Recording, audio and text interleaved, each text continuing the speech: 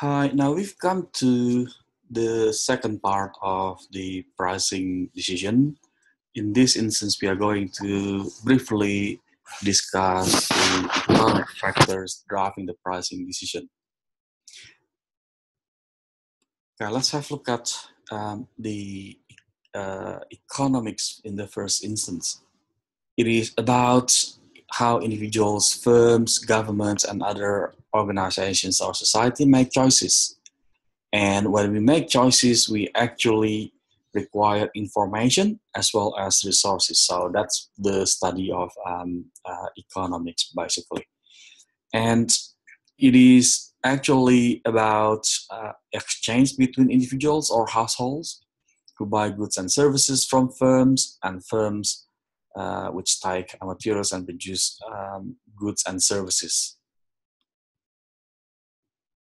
So broadly speaking, there are three broad categories of markets: product markets, labor market, capital market. We are one of the actors in this market, basically.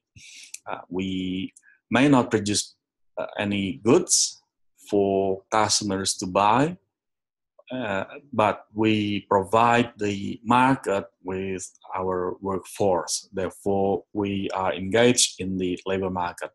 And in terms of capital market, we may not be a banker, but we are engaged with the banks in the capital market. And a lot of Australians are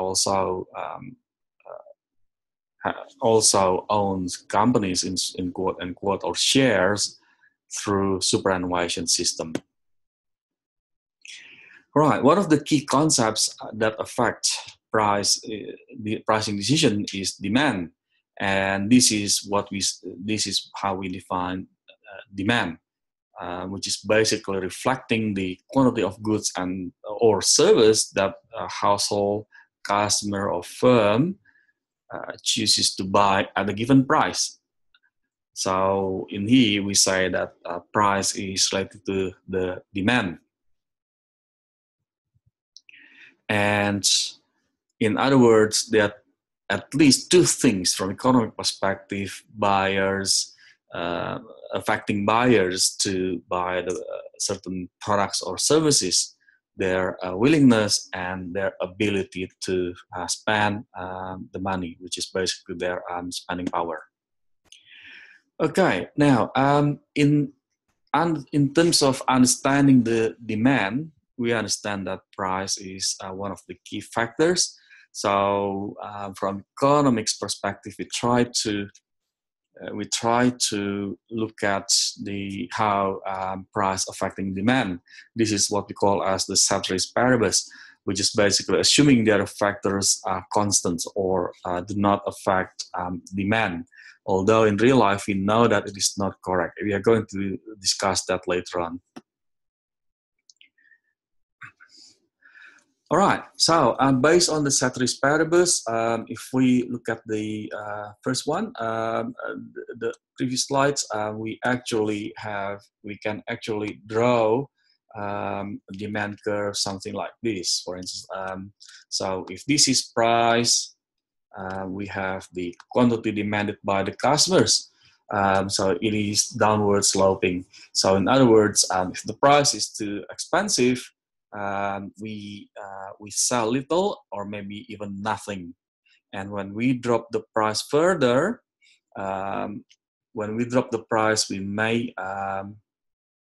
we may get the volume increase.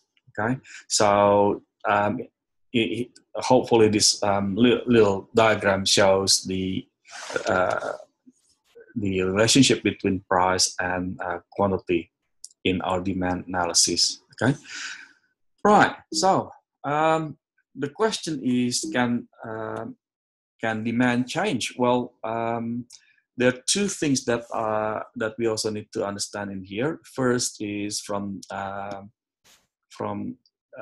quantity demanded perspective, demand can change if price is affecting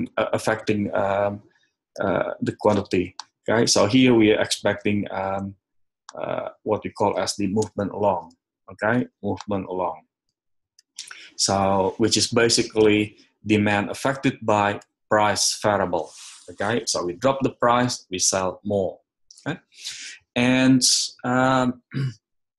and also the other way around. We increase the price, we sell less. Okay, and the other thing is that the concept of shift, which is basically the demand change due to non-price variable. So demand can shift to the right. Now let me draw it to the right. All right. Hopefully that one is fine. Or demand may also change to the shift to the left. Okay, so that's my purple diagram. Okay, so what does it mean? Well, if you look at that, if the demands, if we have price 1 in here, okay, at price 1, we sell that much, okay, and we sell nothing in here. Okay, so if you look at that, if demand shift to the right, we actually increasing the volume. Okay, that's the one that we sell actually. So that becomes our quantity. Let's say this one here is our quantity 1. Okay, so if demand shift to the right, that means we're increasing demand. So the demand shift to quantity 2, basically. Okay, and if demand shift to the left at P1, we actually sells nothing. So that's our quantity 3, which is in this instance that is considered as being too high by the customers. So we sell nothing. Okay, so the variables affecting this demand shift, either to the right or to the left, are basically non-price factors. Okay, in the case of a movement long, it is driven by price factors. Okay, what are the examples of non-price factors? That could be lifestyle change. If we talk about chocolate bar category, for instance, consumers' lifestyle may change. Now the consumers may adopt healthier lifestyle. So at the same price, we sell less. Okay, or a population influx, for instance, the population increased dramatically, for instance, or having immigration coming to the country, for instance, that drives the number of consumers to increase. So that's also another reason why demand may shift either to the left or to the right. Okay. Right, so again, this is a number of reasons why demand shift. And on the other side, supply, if we draw the supply curve, we expect a different type of curve, the upward sloping. And that also, the supply curve may also shift either to the left or to the right. Okay, so again, the factors driving the shift are basically non-price factors of that specific product. Okay, all right. So that's the first thing in terms of understanding the relationship between demand and also price. Why demand is changing, either to increase or to decrease, and that actually leads us to the concept price elasticity. Okay, now price elasticity is the degree of responsiveness or sensitivity of market components to changes in prices. In other words, it is about volume change due to the price change. Okay, and we say that if the from mathematical perspective, we can also formulate that as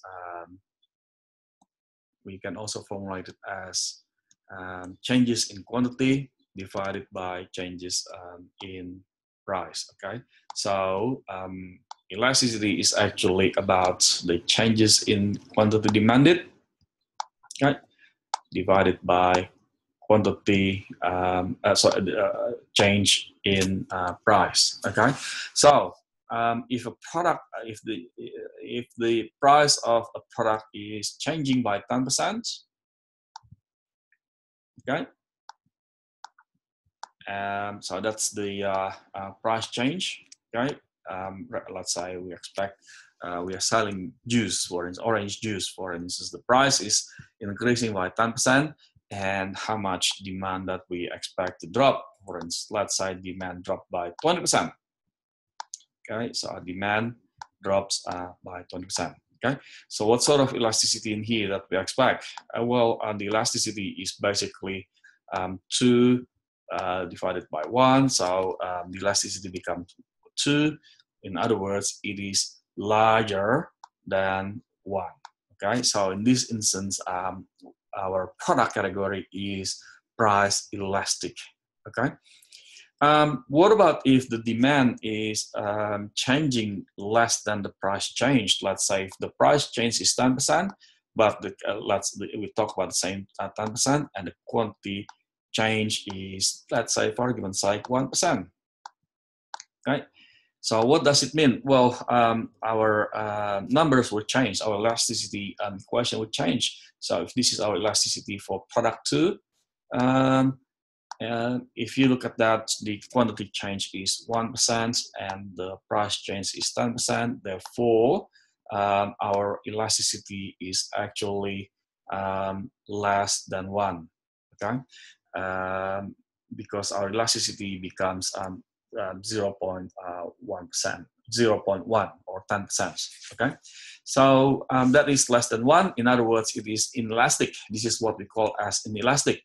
And the question for us is, as a marketer, do we expect our product to be competing in elastic in an elastic pricing category or elastic pricing category? Well, definitely marketers want their products to be inelastic, because if it is elastic, then their price will be should be very competitive. Okay. Now the question for us is, what are the driving forces, or what drives? Okay, what is the major driver of price being elastic? Well, one of the things that we also need to consider is the substitution of our product. Okay, the substitution of our product. Okay, or that gives our customers options. Okay. So imagine that if we are the only, if customers need our product and our product is the only one that can meet the customer's demand or customer's need, then we can control the price, basically. Okay, so that's from economic perspective. Okay, now I'm going to skip that. That leads us to the third concept in this topic, which is basically the market structure. The market structure is determined by the three criteria. The first criteria is the number of players, okay, and freedom of entry or barriers to entry, and the other one is rivals product. Well, that reflects the degree of similarity of one product to the others in the industry. Okay. Now, barriers to entry reflects the requirements to compete in that industry. Okay, if the requirement is too high, then the barriers to entry will be too high. That drives the number of players to be less. Okay, if the barriers to entry is low, then we expect that the number of players in that industry to be a lot, okay, to be many. All right, so barriers to entry actually there are two types of barriers to entry. The first one is natural barrier to entry, and natural barriers to entry is actually embedded in the market. All barriers to entry that are embedded to the market structure. Okay, so example includes the size of the population, for instance, or the geographic location of the market, for instance. That's another one. Okay, or the network of the distribution or channel, for instance, another example. And the other one is artificial. Okay, artificial barriers to entry. Now, artificial barriers to entry are basically driven by the strategies of the players. Okay, when they drive the advertising campaign or new product launches or act aggressive in research and development, so that will drive the barriers to entry to increase. Okay. All right. So The next one is the degree of similarity of each of all products in the industry. And based on these three criteria, we determine whether one industry is in a perfect competition or a monopoly competition or oligopoly competition, and last one is monopoly. Okay, so based on this, we can say that a perfect competition, we have many players in that industry, and the barriers to entry is unrestricted or relatively very low, very low, and the products from one player to the others are identical. In other words, each player doesn't have the competitive advantage over the others. They don't have anything outstanding in terms of capability to service the customers better. And in real life, you may find it hard to have an example of perfect competition. The one that may be close to perfect competition is tomato products or the other agriculture products. In other words, we don't care which farmer produces the tomato that we purchase, as long as it is tomato. The next one is monopolistic competition, where when it happens with if the market has many or several players, the barriers to entry is still low, and the product that they offer are slightly different. Examples include restaurants. For instance, you can argue that we have Chinese food restaurants, sushi restaurants. They offer differentiation slightly, but they still fulfill the needs of the customers, hunger needs of the customers. And the next one is oligopoly competition. We have a few players in this industry, restricted in terms of entry to the industry, and the offering may be identical or different. Industries, in a lot of large industries, a lot of industries in Australia are in this category. So you could see that supermarket, for instance, or banking industry in Australia basically offering are in oligopoly competitions, while small businesses are in monopoly competition, such as the restaurants or hairdresser. And the other one, and the last one is monopoly, where we only have one player in it. The entry to this market is blocked. For instance, water authority. Okay. All right. So that's basically market structures. And now, if we look at briefly about the perfect competition, a couple of things I'd like to highlight as well. Perfect competition is a good news for the customers because they have options and the price is cheaper. But it is a bad news for entrepreneurs or business people because they are the price takers. And why the price takers? Because the price is actually determined by the supply in the market. And the other thing is that the other thing that I'd like to highlight is in the long run, profits get squeezed until we achieve break-even point. So it is kind of uncountable situation for the players. Okay. So what do we do in this instance? Well, what we need to do is to consider innovation, right? So that goes back to the innovation discussion that we discussed before in the previous module. So innovation is one of the things that companies need to drive internally, so we can get away from the perfect competition. Okay, so we can keep differentiating ourselves, so that we can have the differentiation strategies. Okay, right now in our attempt to make it to make our products unique, we differentiate, and hopefully we can have a monopoly on a certain industry. But sometimes in terms of restricting competition, we may have little success. So we actually need to consider some companies need to consider a number of techniques to restrict the competitions, including managing the consumer perceptions, right, to build their brand loyalty.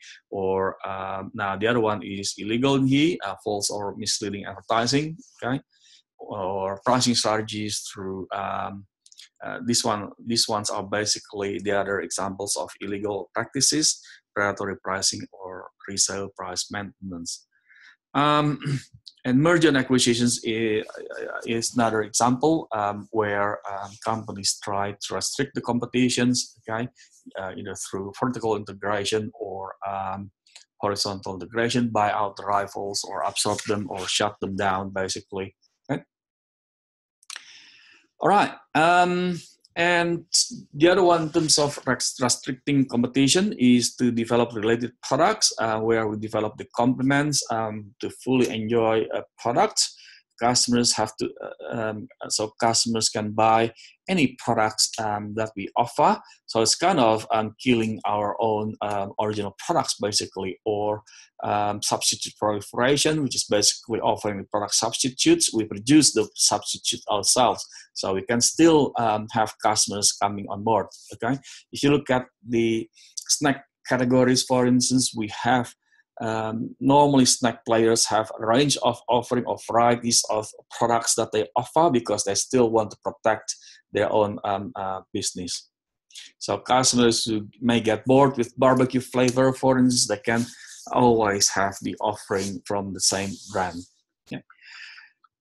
Natural monopoly. Sometimes the market is, sometimes the player is just too large, such as the city water, for instance, or Sydney trains, and the other players may find it hard to enter the market. So by nature, they become the monopoly holder. Or sometimes it's quite small, like petrol station in a country town. The market is only good enough to fulfill the demand of that small town. Right, so that's the beauty of having of being a monopoly holder of certain industry. Now the problem is sometimes in our attempt to differentiate our offering, we may have little success because the barriers to entry is still low. Although we do our effort, but the barriers to entry do not erect that high. Therefore, we are competing in what we call monopolist competition. In other words, the other players can still come into that industry and compete with us. Okay, so what will happen to what will happen to our business? Well, in the short run, as a monopolistic in the monopolist competition, we are still making profits. But in the longer term, we are losing profit until we achieve break-even point. Why is that? Because we share the customers with the other players. Imagine that if I open a coffee shop, and when I was alone, the customers in the local market will come to me, and then another coffee shop, let's say, opens next block. So I share the customers with these coffee shop, and if there are more coffee shop opening, then I will need to share with the other guys as well until we all achieve break-even point. At that time, the market is not attractive anymore for all players or for new players to come in. Okay. Now, what do we do to battle that situation? Again, the key word is innovation. So we need to still drive the differentiation to help us, competing with the others, right? Differentiating through the service, offering the better service, better product, and so on and so forth. Okay? And if we go back to the perfect competition again, I mean, our attempt to increase the barriers to entry, we may have larger success rather than the previous one. Okay, if we have a large success, then we are actually competing in an oligopoly competition. Okay, so in here we actually competing with a few players only, or in other words, a few players in that market, 4 or 5 players in that market, or 10 less than 10 or less than 10 players in the market actually capture 50% of the market, more than 50% or more of the market. Okay, so only a few players, normally large, normally industry. A lot of industries in Australia are in oligopoly competition. Look at the banking industry. Look at the supermarket industry, car industry, for instance. Okay, so this is a bit of example in terms of market in Australia. Right? Okay, now oligopoly competition have 2 things that may happen. one of the players may outsmart the rivals. This may lead to price war. So if you look at the Australian supermarket, for instance, when Coles dropped the price with the down, down, down campaign, and they dropped the price of the some of the key products like milk, Woolworths follow that strategy. Okay? Or collaborate with the rivals. Collaborate in here I should put in quote and quote, because they if they do the collaboration, it is probably breaching the law. Going back to the early 21st century, where 6 major banks in the UK normally had the regular meeting to set the price, to set the interest rates that they would charge for the customers. Now that practice has become illegal in the UK and also in Australia. Right, so collaborating here, they may look at the signal one to another. You get the financial sector in Australia when the RBA drops the interest rate, let's say by 25 basis point. Normally they do that. The 4 major banks will always look at the signals one to another. When one player announces that, yep, I'm going to pass on, let's say 20 basis points, the other players would normally follow. Okay, so in terms of market, as Adam Smith also mentioned way back in the 18th century, people of same trade seldom meet together. They do not talk one to another, but when they do, they may create a conspiracy against the public. Okay, now, if we put this back into the context of social enterprise, please make sure that we, when setting, in terms of setting the price, we also need to consider social mission. So sometimes, in this instance, profit, would be the second thing that we need to consider. Profit, we make profit to help us funding our social mission, basically. Okay. So therefore, some issues to consider in the social enterprise: the affordability, like the case of every table restaurant in America, where they charge different prices at different restaurants, although the restaurants may be only jogging distance one to another, and they communicate it clearly for the customers. Hey, look, we are making more profit from you, okay, because we try to provide healthy food for everybody. That's our mission: provide healthy food for everybody. And we know that healthy food is normally quite expensive. And of course, they also redesign their business model to achieve the affordability strategy. Okay? Consider the volume as well for certain market, like the BOP market, and social issues, and of course, innovation and creativity. Right, well, Australian supermarket industry, nice to discuss. They are in the oligopoly competition, so that's one nice thing to discuss or observe. You can walk to your local supermarket and observe the prices, or you can also observe their campaign, what price that they have slashed for the customers. Okay, right. And if you have any questions, send me an email. Thank you very much. Good luck.